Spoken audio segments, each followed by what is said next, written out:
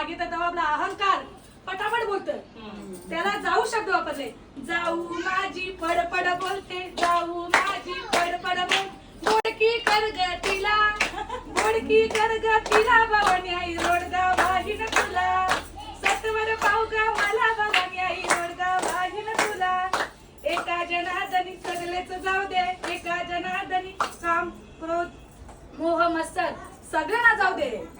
एका जनार्दनी सगळेच राहू दे, एकटीच राहू दे मला, एकटीच राहू दे मला, भवानी आई रोडगा वाहिन तुला, सत्वर पाव ग मला, भवानी आई रोडगा वाहिन तुला. धन्यवाद.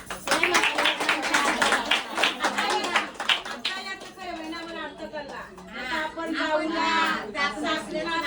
त्याचा अर्थ आता तुमच्या गाण्यातून आम्हाला व्यक्त झाला आणि समजलं.